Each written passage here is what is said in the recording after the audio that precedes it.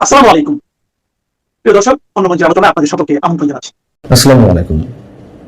প্রিয় দর্শক, মার্কিন যুক্তরাষ্ট্রের মধ্য এবং দক্ষিণ এশিয়া বিষয়ক বিশেষ দূত সার্জিও গোর, অর্থাৎ এর আগে ডোনাল্ড লু যে দায়িত্বে ছিলেন সেই জায়গায় তিনি এখন আছেন। তো সেই বিশেষ গুরুত্বপূর্ণ ব্যক্তিটি 3 দিনের সফরে এসেছেন ঢাকা। আপনারা সবাই জানেন, তার এই সফরের মধ্য দিয়ে ইন্দো প্যাসিফিক স্ট্র্যাটেজি থেকে শুরু করে বাংলাদেশের অভ্যন্তরীণ রাজনীতি, বাংলাদেশকে কেন্দ্র করে ভূ রাজনীতির গতিপথ, নানান বিষয়ে আগামীর একটি পথ নির্দেশনা পাওয়া যেতে পারে, এমনটাই আন্তর্জাতিক সম্পর্ক বিশ্লেষক থেকে শুরু করে গণমাধ্যমে নানান ধরনের ব্যাখ্যা বিশ্লেষণ উঠে আসছিল। কিন্তু তার সঙ্গে সফরের প্রথম দিনেই আমাদের পররাষ্ট্রমন্ত্রী ডক্টর খলিলুর রহমানের সঙ্গে যে বৈঠক হলো, সেই বৈঠকটি অনেক বেশি রহস্যময় হয়ে উঠেছে। বৈঠক শেষে সাংবাদিকদের তিনি যখন ব্রিফিং করছিলেন, সাংবাদিকদের যে প্রশ্নগুলো ছিল তার প্রায় প্রত্যেকটাই তিনি অস্বীকার করে যাচ্ছিলেন। তার চোখ মুখে একটা উৎকণ্ঠা ফুটে উঠছিল। আসলে কি হয়েছে বৈঠকে, কি হয়েছে বৈঠকে আমরা শুধু অনুমান করতে পারি, এবং তার এই সফর কি কারণে সেটি তো বাংলাদেশে মার্কিন রাষ্ট্রদূত ব্রেন্ট ক্রিস্টেনসনের যে বক্তব্য, তিনি যে সোশ্যাল মিডিয়া পোস্ট দিয়েছেন তাতেই স্পষ্ট হয়ে ওঠে। তিনি তার টুইটার পোস্টে বলছেন যে, আমার বন্ধু দক্ষিণ ও মধ্য এশিয়া বিষয়ে যুক্তরাষ্ট্রের বিশেষ দূত সার্জিও গরকে বাংলাদেশে স্বাগত জানাতে পেরে আমি আনন্দিত। তার এই সফর যুক্তরাষ্ট্র ও বাংলাদেশের কৌশলগত অংশীদারিত্ব, আঞ্চলিক নিরাপত্তা ও অর্থনৈতিক সহযোগিতাকে আরো শক্তিশালী করবে। বিশেষ করে চীন ইস্যুতে বাংলাদেশের সঙ্গে যে সখ্যতা, মিয়ানমারের মধ্য দিয়ে, রাখাইনের মধ্য দিয়ে চীনের অর্থনৈতিক করিডোরে যে বাংলাদেশের যুক্ত হতে যাওয়া, সেটি সহ আরো অনেক ইস্যুতে কথা বলতেই সার্জিও গোর ঢাকা এসেছেন, এটা নিশ্চিত। এতে কোনো ধরনের ভুল নেই। পাশাপাশি বাংলাদেশের অভ্যন্তরীণ বিভিন্ন ইস্যু তো রয়েছে। এখন বৈঠকে কি হয়েছে তা আমরা অনুমান করতে পারি প্রেস ব্রিফিং এ প্রশ্নোত্তর পর্বগুলো শুধুমাত্র আপনাদের সামনে তুলে ধরতে চাই, এখান থেকে স্পষ্ট হয়ে উঠতে পারে।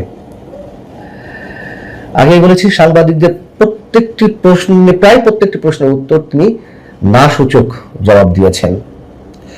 সাংবাদিকদের পক্ষ থেকে প্রশ্ন ছিল যে, চীনের যে করিডোরের প্রস্তাব বাংলাদেশের উদ্দেশ্যে, সেটি নিয়ে কোনো আলোচনা হয়েছে কিনা। উত্তরে তিনি বললেন না, এই বিষয়ে কোনো আলোচনা হয়নি, এবং খানিকটা ক্ষিপ্ত হয়ে উঠছিলেন তিনি। প্রশ্ন করা হলো, ইন্দো প্যাসিফিক স্ট্র্যাটেজি নিয়ে কোনো আলোচনা হয়েছে কিনা। সরাসরি বললেন না। ভারত নিয়ে কোনো আলোচনা হয়েছে কিনা, তার জবাবেও বললেন না। বাংলাদেশে আন্তর্জাতিক অপরাধ ট্রাইব্যুনাল নিয়ে যে বিতর্কের সৃষ্টি হয়েছে, নানান পর্যায় থেকে উদ্বেগ সৃষ্টি করা হচ্ছে, সে বিষয়ে কোনো আলোচনা হয়েছে কিনা। উত্তরে ডক্টর খলিল বললেন না।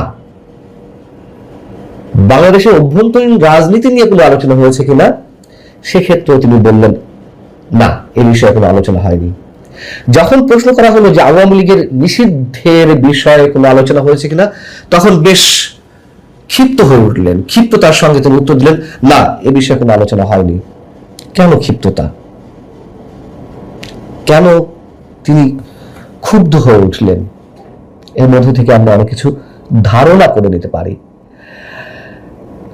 সাংবাদিকদের পক্ষ থেকে প্রশ্ন ছিল যে, বিএনপি সরকার গঠনের প্রায় 6 মাস হতে চলল, সেখানে বিএনপি সরকারের পররাষ্ট্রনীতি এবং তার সাথে যুক্তরাষ্ট্রের যে এনগেজমেন্ট, সে বিষয়ে কোনো আলোচনা হয়েছে কিনা।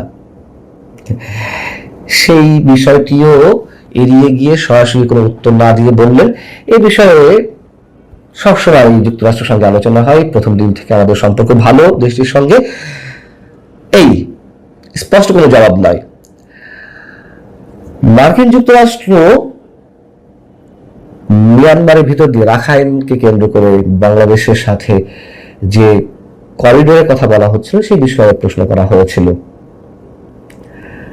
তখনও তিনি খানিকটা ক্ষিপ্ত হয়ে উঠলেন, বললেন এটা সিলেট গুজব, যুক্তরাষ্ট্র কখনো করিডোর চায়নি, এটি আপনারা গুজব ছড়িয়েছেন।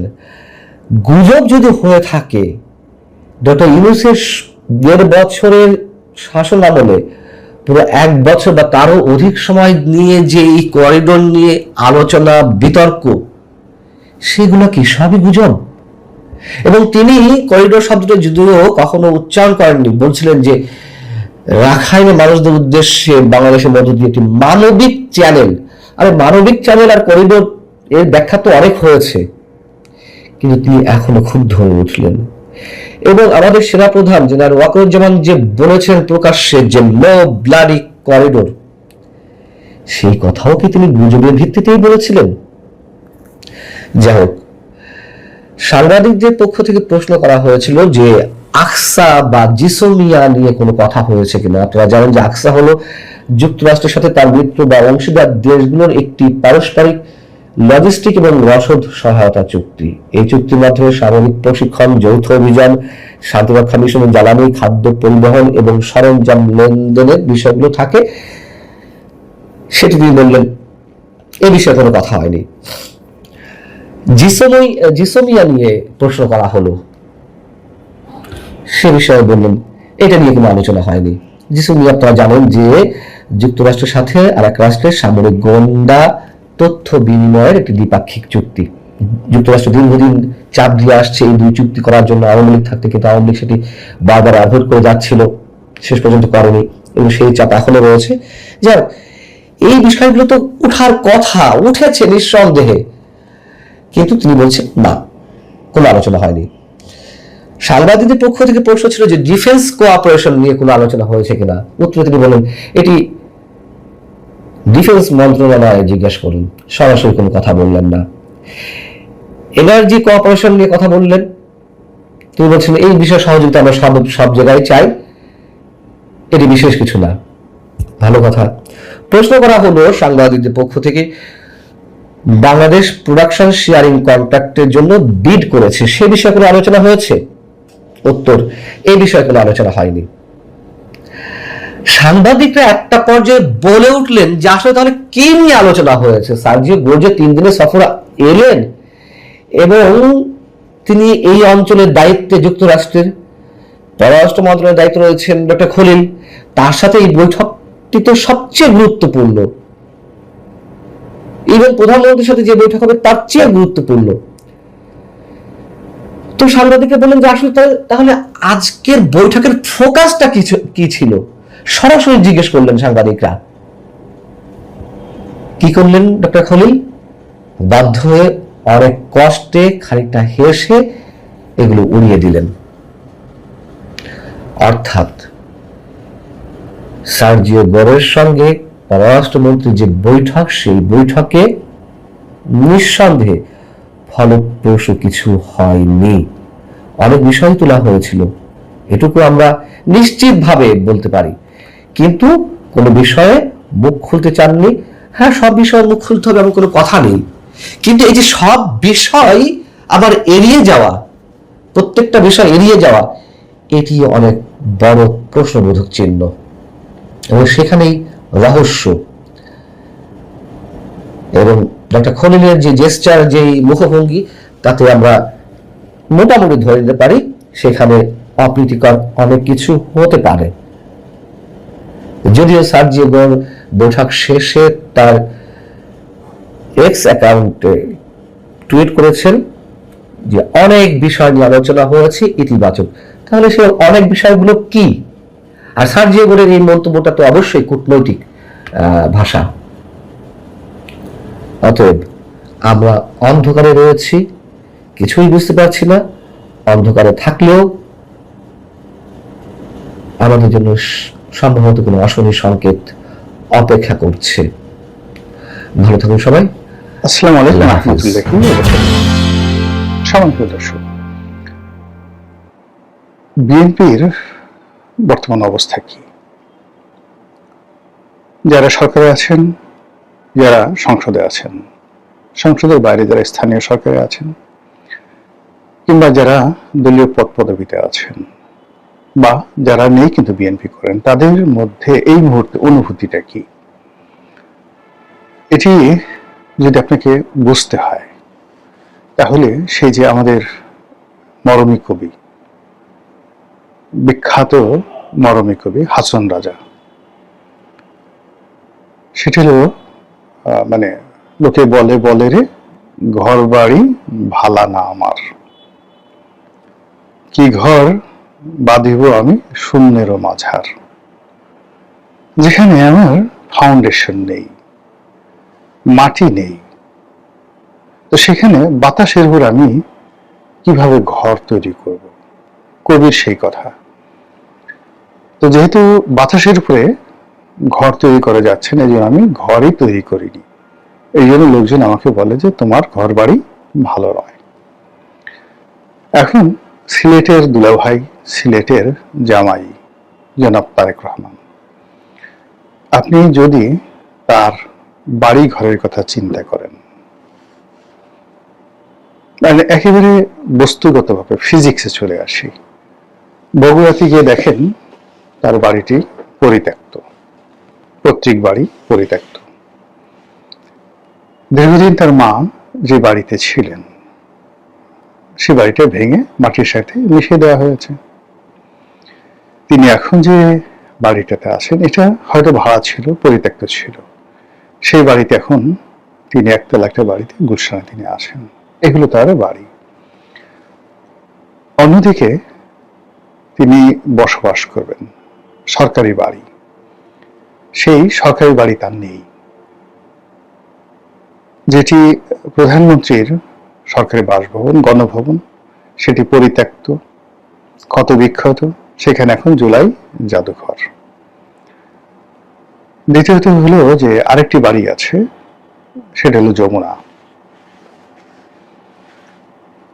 তার জন্য যমুনা তৈরি করা হয়েছিল, রং করা হয়েছে, সংস্কার করা হয়েছে, তিনি সেখানে উঠেননি। আমার কাছে মনে হচ্ছে যে এই বাড়িটাকে তিনি একটা ভৌতিক বাড়ি মনে করছেন। এই বাড়িতে যারা উঠেছেন তাদের সবার কপাল পুড়েছে, অপমানিত হয়েছেন, লাঞ্ছিত হয়েছেন, তারপর ধুকে ধুকে মরেছেন। এই বাড়ির প্রথম বাসিন্দা বিচারপতি লতিফুর রহমান। এই বাড়িটি তৈরি করা হয়েছিল ব্যারিস্টার মওদুদ আহমেদের জন্য ভাইস প্রেসিডেন্ট হিসেবে। এই বাড়িটিতে তিনি ওঠার আগেই এরশাদ সাহেব ক্ষমতা হারিয়েছেন, পরিত্যক্ত। তারপর লতিফুর রহমান সাহেবের পর এই বাড়িতে উঠেছেন শেখ হাসিনা। না, শেখ হাসিনার পরে আগে এই বাড়িতে উঠেছিলেন জনাব ফখরুদ্দিন সাহেব, মঈনুদ্দিন ফখরুদ্দিন সাহেব। ফখরুদ্দিন সাহেবের ব্যাপারে আপনি জানেন। এরপর শেখ হাসিনা যে কদিন এই বাড়িতে ছিলেন, ঠিক সেই সময়টাতেই বিডিআর মিউটিনি হয়, তার জীবন নিয়ে টানাটানি। সেই দিন কি যে একটা দুরবস্থা যমুনার বাসিন্দারা সেদিন বুঝেন। তারপর শেখ হাসিনা গেলেন, ওখান থেকে গিয়ে গণভবনে উঠলেন, আর কোনোদিন মানে যমুনার দরজা আর খুলেনি 17 বছরে। এরপর যমুনার বাসিন্দা হলেন ডক্টর মোহাম্মদ ইউনূস,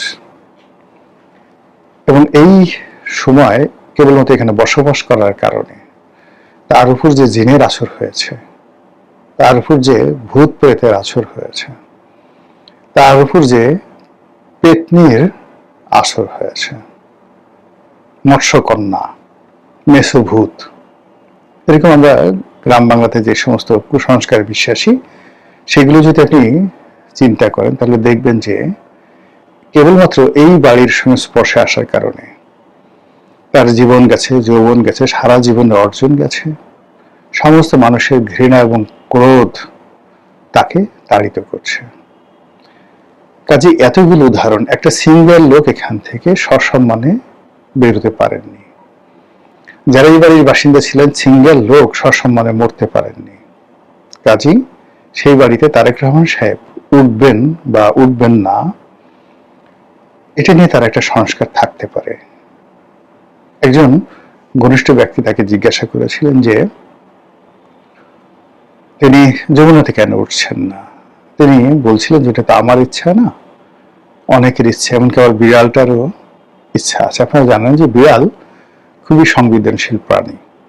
বিড়াল, অনেকে যারা বিড়াল পোষেন তারা জানে যে বিড়াল অশরীরী আত্মা দেখতে পায়, জিন ভূত দেখতে পায়।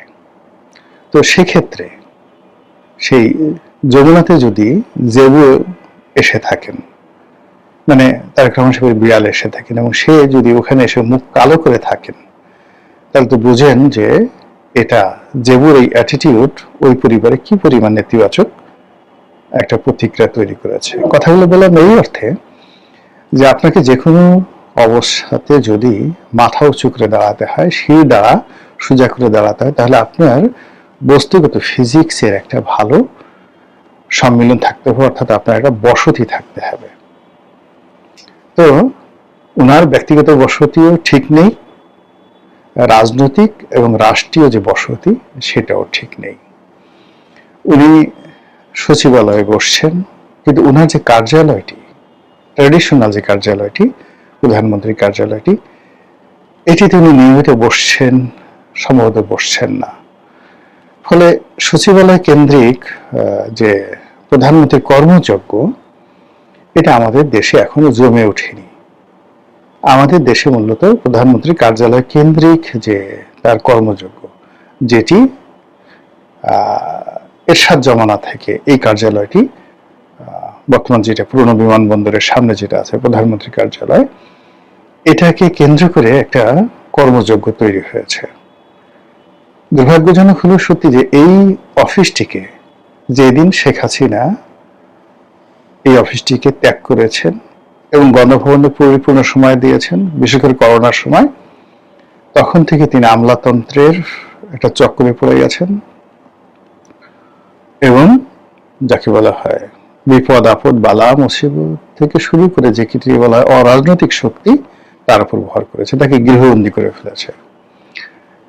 একইভাবে এই অফিসটিকে ডক্টর মোহাম্মদ ইউনূস ওন করেননি, তিনিও এই অফিসটিকে ওন করেনি, ফলে তারও বরকত চলে গেছে। একই অবস্থা এখন তারেক রহমান সাহেবের সরকারি কর্মযজ্ঞের ক্ষেত্রে, মানে তিনি খুব দৌড়াদৌড়ি করছেন, অনেক কিছু করছেন, কিন্তু তার যে মূলত যে চেইন অফ কমান্ড, প্রধানমন্ত্রীর কার্যালয়ের চেইন অফ কমান্ড, সেই চেইন অফ কমান্ডটা মূলত ওই অফিস কেন্দ্রিক, প্রধানমন্ত্রীর কার্যালয় কেন্দ্রিক। যে কার্যালয়টা সচিবালয় কনভেনশনাল, কিন্তু তার একটা আলাদা কার্যালয়, সেই কার্যালয়টা তিনি এখনো পর্যন্ত আলোকিত করতে পারেননি, শুরুই হয়নি, নট ইয়েট। আর সচিবালয় তার যে কার্যালয়টা, যেটা পূর্ণ টাইম তিনি করার চেষ্টা করছেন, এটা অন্তত পক্ষে 10 বছর লাগবে।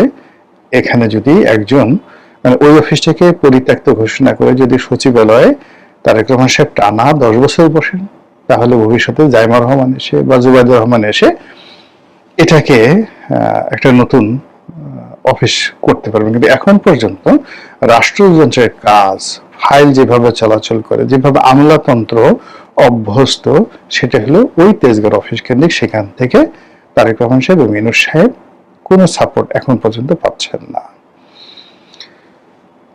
এরপরে সংসদে সরকার দলের যারা লোকজন আছেন, এখানে আসলে বলতে গেলে সংসদ বলতে এখন সালাউদ্দিন সাহেব, এখানে প্রধানমন্ত্রী আছেন বা নেই ডাজ নট ম্যাটার, সালাউদ্দিন সাহেব আছেন কি নেই এটা ম্যাটার করে। প্রধানমন্ত্রী কি বললেন না বললেন এটা ম্যাটার করার চাইতে এখন সালাউদ্দিন সাহেব কি বললেন না বললেন এটা ম্যাটার করে, একমাত্র সালাউদ্দিন সাহেব। আবার অন্যদিকে সরকারি দলের এগেইনস্টে যারা বসে আছেন, একমাত্র রুমিন ফারহানা ছাড়া আর কাউকে কোনো অবস্থাতেই বিরোধী দল বলে মনে হচ্ছে না। মনে হচ্ছে এরা আমাদের মামা, এরা আমাদের চাচা, মানে সরকারি দলের মামা, সরকারি দলের চাচা, সরকারি দলের খালু, দুলাভাই, শ্যালক, ভগ্নিপতি ইত্যাদি, কিন্তু প্রতিদ্বন্দ্বী মনে হচ্ছে না। এটা মনে হচ্ছে না কেন? এটার কোনো কারণ নেই, কিন্তু আমরা দেখে মানে আপনি দুটো বাঘ লড়াই করছে, ওটার একটা দৃশ্য, আর একটা বাঘ এবং একটা অন্য বাঘের সাথে সামঞ্জস্যপূর্ণ, আমি কোনো প্রাণীর নাম বললাম না। এবার দেখা গেল যে আপনি একটা বাঘ, সুন্দরবনের বাঘ, হঠাৎ করে দেখলেন যে সেখানে ছাগল গিয়ে সুন্দরভাবে বাঘে চাটে ছাগলের গাল। দেশে আইলো বর্ষাকাল, বাঘে চাটে ছাগলের গাল। সংসদের কথাবার্তা শুনলে ঠিক ওই রকম মনে হয়। শেখ হাসিনার সংসদে যেটা ছিল এটা সার্কাস্টিক ছিল, ওটাকে একটা সার্কাস মনে হতো। কিন্তু সার্কাসের মধ্যে বাঘের গলার মধ্যে হাত দেওয়া হয়, হাতির অন্ডকোষ চেপে ধরা হয়, হাতির মুখের মধ্যে মানুষ মুখ ঢুকিয়ে দেয়, এইগুলোকে সার্কাস্টিক বলা হয়। কিন্তু সার্কাসের মধ্যে কোনো বাঘের গাল ছাগলে চেটে দিয়েছে এইরকম কোনো ঘটনা কিন্তু আমরা দেখিনি। কাজী শেখ হাসিনার যে সার্কাস্টিক সংসদ ছিল, এটা এখন বর্ষাকালের সংসদ হয়ে গেছে, যেটাকে দেখলে মনে হচ্ছে ছাগলে চাটে বাঘের গাল, এটা আমাদের মনে হচ্ছে। এখন এর জন্য আপনি আমাকে রাগ হতে পারেন, সমালোচনা করতে পারেন, কিন্তু আমার মনে হচ্ছে আমার মতো বহু মানুষ এরকম মনে হচ্ছে। তো এই অবস্থাতে কি হচ্ছে, সরকারের যে হৃদস্পন্দন, প্রাণ স্পন্দন, এই প্রাণ স্পন্দন কাজ করছে না, রক্ত সঞ্চালন হচ্ছে না, আমলাতান্ত্রিক জটিলতা দেখা দিচ্ছে, দলের ভিতরে বাইরে ভুল বোঝাবুঝি হচ্ছে। এর বাইরে যেটা একেবারে বাস্তব কতগুলো সমস্যা, তারেক রহমান সাহেব 15-16 বছর দেশের বাইরে ছিলেন, তাকে একটা নতুন পরিবেশ পরিস্থিতি, আমি যেমন ধরেন বহুদিন লন্ডনে ছিলাম, কিন্তু এখন গিয়ে আমি লন্ডন চিনব না, আমি আমেরিকাতে ছিলাম, কথার কথা স্ক্যান্ডিনেভিয়ান কান্ট্রিগুলোতে ছিলাম, কিন্তু একটা রাস্তার নামও কিন্তু আমার এখন আর মনে নেই। আমি নিজে স্মরণ করার চেষ্টা করি, এমন তো অনেক বন্ধু বান্ধব খুব ঘনিষ্ঠ ছিল যাদের সঙ্গে, তাদের নামও মনে আসছে না, চেহারাও অনেকের মনে আসছে না। তো সেক্ষেত্রে 17 বছর উনি অনবরত দেশের বাইরে ছিলেন, ফলে এখানে এসে সবার সাথে তার সম্পর্ক করা, অ্যাডাপশন করা, বাংলার পরিবেশ বোঝা, এটা ওনার পক্ষে সম্ভব ন্যাচারালি হচ্ছে না। আর এই জায়গাটা দখল করে রেখেছে 3 শ্রেণীর মানুষ। 1 নম্বরে লন্ডনে ওনার যার সাথে যারা সঙ্গী সাথী ছিলেন তারা, 2 নম্বর হলো পারিবারিকভাবে তারা যারা ওয়েল কানেক্টেড ছিলেন, 3 নম্বর হলো ধড়িবাজ প্রকৃতির, খুব মিষ্টি মিষ্টি কথাবার্তা বলে আর মানুষকে কনফিউজড করতে ফেলে মুনাফিক টাইপের কিছু লোক, যারা মানে ম্যাজিক্যাল কিছু কথাবার্তা বলে, জাদুকরী কিছু কথাবার্তা বলে মুহূর্তের মধ্যে আপনার ভিতরে একটা বিস্ময় তৈরি করে ফেলতে পারে। এইরকম কিছু লোক প্রধানমন্ত্রীর কার্যালয়, প্রধানমন্ত্রীর অফিস, প্রধানমন্ত্রীর ব্যক্তিগত যে বলয়, সেই জায়গাতে এই লোকগুলো ঢুকে গেছে। ফলে এই 3 শ্রেণীর দাপটে যারা বিএনপির ত্যাগী, পরীক্ষিত, তারা কাছে ভিড়তে পারছে না। বেশিরভাগ বিএনপির যারা নেতাকর্মী, তারা দল থেকে নিজেদেরকে নিবৃত রেখেছে, অনেকে মন ভার করে বসে আছে। বিএনপির অফিসগুলো গিয়ে দেখেন খা খা করে, কোনো লোকজন নেই। বিএনপির যে সমস্ত নেতা রয়েছেন, মানে যখন একটা সরকারের স্বাভাবিক গতি থাকে, স্পন্দন থাকে, সেখানে আপনি পদ পদবিতে থাকেন বা না থাকেন, বাড়ির সামনে শত শত মানুষের ভিড় থাকে। আপনি ধরুন শেখ সেলিম যখন মন্ত্রী ছিলেন না, মন্ত্রী জাস্ট একজন সংসদ সদস্য, বা শেখ হেলাল, মানে এদের যে ক্ষমতাগুলো আছে, বাড়ি ধারাতে গিয়ে বা শেখ হেলাল বাড়ির সামনে গিয়ে দেখেন অন্তত পক্ষে বৃষ্টির দিনে দেখা করার জন্য 500 লোক লাইন দিয়ে রাস্তা দাঁড়িয়ে থাকতো। এটা হলো একটা ক্ষমতার কেন্দ্র। আপনি যখন 96 সনে স্বরাষ্ট্রমন্ত্রী ছিলেন নাসিম সাহেব, তোফায়েল আহমেদ ছিলেন তখন বাণিজ্য মন্ত্রী, আমি এমনও ঘটনা গেছে, সকাল 7টার সময় বাসায় গিয়ে দেখি তোফায়েল সাহেবের বাসা অন্তত ভিতরে বাইরে মিলে 1000 লোক দাঁড়ানো, নাসিম সাহেবের বাসা দোতলা নিচতলায় মিলিয়ে আরো 1000 লোক দাঁড়ানো। এবং একদিন গিয়ে দেখি যে তার সাথে দেখা করার জন্য আসছেন ওই যে জাহেদ মালেক ছিল যে স্বাস্থ্যমন্ত্রী, তো জাহেদ মালিকের বাবা কর্নেল মালিক, যিনি ঢাকার মেয়র ছিলেন, তার মতো মানুষ একটা মার্সিডিজ গাড়িতে করে এসে তিনি দেখা করতে আসছেন। তো 1.5 থেকে 2 ঘন্টা তিনি রাস্তায় দাঁড়িয়েছেন, গাড়ি এসি ছেড়ে, তার মধ্যে তিনি অপেক্ষা করছেন, ভিতরে ঢুকতে পারছেন না। তো এরকম যখন প্রাণের একটা স্পন্দন থাকে, তখন যে কোনো রাজনৈতিক যারা পোর্টফোলিও ব্যক্তিত্ব, পাওয়ারফুল মিনিস্টার, তাদেরকে ঘিরে এরকম অবস্থা হয়। এখন গিয়ে দেখেন তো এই সরকারের মানে কোন মন্ত্রী, কোন এমপির এরকম পাবলিক রিলেশন আছে, জনগণ তাদের কাছে যাচ্ছে? কোথাও যাচ্ছে না। এর ফলে কি হলো, দলের মধ্যে এক ধরনের হতাশা দেখা দিয়েছে। দলের মধ্যে এক ধরনের যাকে বলা হয় উদ্বেগ এবং উৎকণ্ঠা দেখা দিয়েছে। দলের যারা পরীক্ষিত লোকজন তাদের মধ্যে অভিমান দেখা দিয়েছে এবং এই অভিমান দলটিকে সর্বনাশ করে ছাড়বে এবং এখান থেকে রাতারাতি বের হওয়ার মতো কোন রকম পরিকল্পনা সরকারের বা দলের যারা শীর্ষ নেতৃবৃন্দ তাদের আছে বলে মনে হচ্ছে না। দলের যারা ত্যাগী নেতৃবৃন্দ যারা দলকে গুছিয়ে রাখতে পারেন তাদের কারো হাতে ক্ষমতা নেই, আবার যাদের হাতে ক্ষমতা আছে তাদের সঙ্গে দলের কোনো সম্পর্ক নেই। অন্যদিকে প্রশাসন, লোভনীয় পদ পদবি থেকে শুরু করে বিভিন্ন জায়গাতে যত নিয়োগ বদলি হচ্ছে, দলের যারা নেতৃবৃন্দ তারা বেশিরভাগই অভিযোগ করছেন যে এই লোক তো কখনো বিএনপি করেনি, বিএনপির দুঃসময় তো তাদেরকে দেখা যায়নি, এরা এলো কোত্থেকে? বিভিন্ন দূতাবাসে নিয়োগ পাচ্ছে, বিভিন্ন সরকারি অফিসগুলোতে চুক্তিভিত্তিক নিয়োগ পাচ্ছে, কর্পোরেশন নিয়োগ পাচ্ছে, হাতে গোনা 2-4 জনকে তৃণমূল থেকে ধরে এনে ভালো ভালো পদ পদবিতে দেওয়া হচ্ছে বটে, কিন্তু এটা খুব অল্প। কিন্তু ইন জেনারেল যতই নিয়োগ বদলি হচ্ছে এর একটা বিরাট অংশ অভিযোগ আছে যে অর্থের বিনিময় হচ্ছে এবং সে অর্থ যেন তেন নয়। মানে এক একটা ওসি নিয়োগ বদলিতে যে পরিমাণ টাকার কথা শোনা যাচ্ছে, এই কথা শেখ হাসিনার জমানাতে যারা এই ধরনের কর্মকাণ্ড করতেন তারা শুনলে এখন হার্ট ফেল করবেন। শেখ হাসিনার জমানাতে একজন ডিসি নিয়োগে যে ধরনের দুর্নীতি হতো, এখন যারা দুর্নীতি করছেন তাদের দুর্নীতির বহর দেখলে আগেকার যারা লোকজন আছেন তারা সেন্সলেস হয়ে পড়তো। এই ঘটনাগুলো এখন ঘটছে। এর দায় দায়িত্ব বিএনপির ঘাড়ে পড়ছে, এর দায় দায়িত্ব প্রধানমন্ত্রীর ঘাড়ে পড়ছে, কিন্তু কারা এই ঘটনাগুলো করছে আমরা তাদেরকে চিনি না, আমরা তাদেরকে জানি না। এখানে যারা সুবিধা নিচ্ছে টাকার বিনিময়ে তাদের একটা বিরাট অংশ জামাতের, তাদের একটা বিরাট অংশ আওয়ামী লীগের। বিএনপির নামকাস্তে কিছু লোক আছে, আর বিএনপির লোক যদি টাকা দিয়ে জমানাতে কাজ করতে হয় তারা তো সঙ্গতি কারণে হ্যাপি হবে না।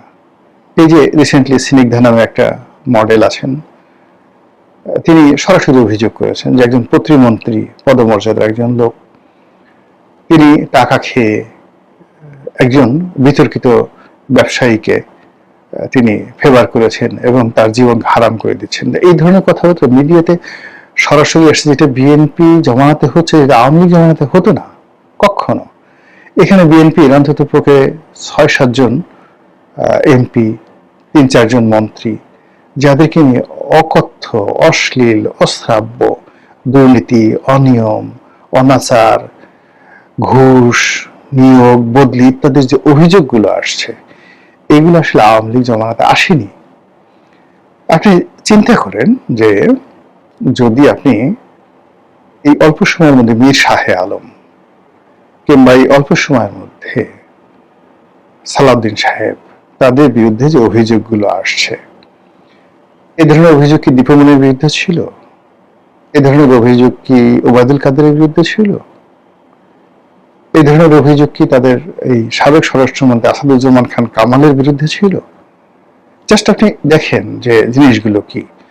আমরা এখন তাদের ক্ষমতা হারানোর পর অনেক কথা বলছি, কিন্তু দীর্ঘ 17টা বছর ধরে তারা যে ক্ষমতায় ছিলেন, সেই ক্ষমতা থাকায় তাদের বিরুদ্ধে রাজনৈতিক ক্রোধ ছিল, ক্ষোভ ছিল, অভিযোগ ছিল, কিন্তু ইন পার্সন সেই ওবায়দুল কাদের নিয়োগ দিয়ে এখানে টাকা নিয়েছেন, ওবায়দুল কাদের ভাইকে ব্যবসা দিয়েছেন, বাণিজ্য দিয়েছেন, ওবায়দুল কাদের তার নিজের ছেলে মেয়ের নামে এই কাজ করেছেন। মানে এই জিনিসগুলো আমরা শুনিনি, কিন্তু এখন সেই জিনিসগুলো শোনা যাচ্ছে, ব্যাপক আকারে শোনা যাচ্ছে, কিন্তু সরকার একটা বিষয়েরও সুরাহা করতে পারছে না। ফলে কি হলো, সরকারের যেটা নিউক্লিয়াস আছে, সেই নিউক্লিয়াসের মধ্যে একটা নিউক্লিয়াসের মধ্যে যে সার্কেল থাকে, নিউক্লিয়াসের মধ্যে ইলেকট্রন থাকে, প্রোটন থাকে, সেই নিউক্লিয়াসের মধ্যে অন্য যে সমস্ত বিষয় থাকে, বা সরকার একটা কোষ আছে সেল, সেই সেলের মধ্যে কতগুলো জেল থাকে। জেল না থাকলে কখনো সেল গঠিত হয় না। সরকারের মধ্যেও আপনার জেল থাকা লাগবে, আর ইলেকট্রন প্রোটন থাকা লাগবে, নিউক্লিয়াস থাকা লাগবে। ঠিক সেই জায়গাগুলো এখন নেই। ফলে কি হচ্ছে, গাড়ি চলে না চলে না চলে না রে, বা বাবা ভান্ডারি লাইন ছাড়া চলে না রেলগাড়ি। যেটা গান দিয়ে শুরু করেছিলাম, কি ঘর বানাইবো আমি শূন্যের মাজারে। যদি বিএনপি যারা কর্তা ব্যক্তি এই বিষয়গুলো নিয়ে ভাবেন, চিন্তা করেন, তাদেরই উপকার হবে। মহান আল্লাহ আমাদের সবাইকে হেদায়েত দান করুন, হেফাজত করুন। আসসালামু আলাইকুম ওয়া রাহমাতুল্লাহি ওয়া বারাকাতুহু।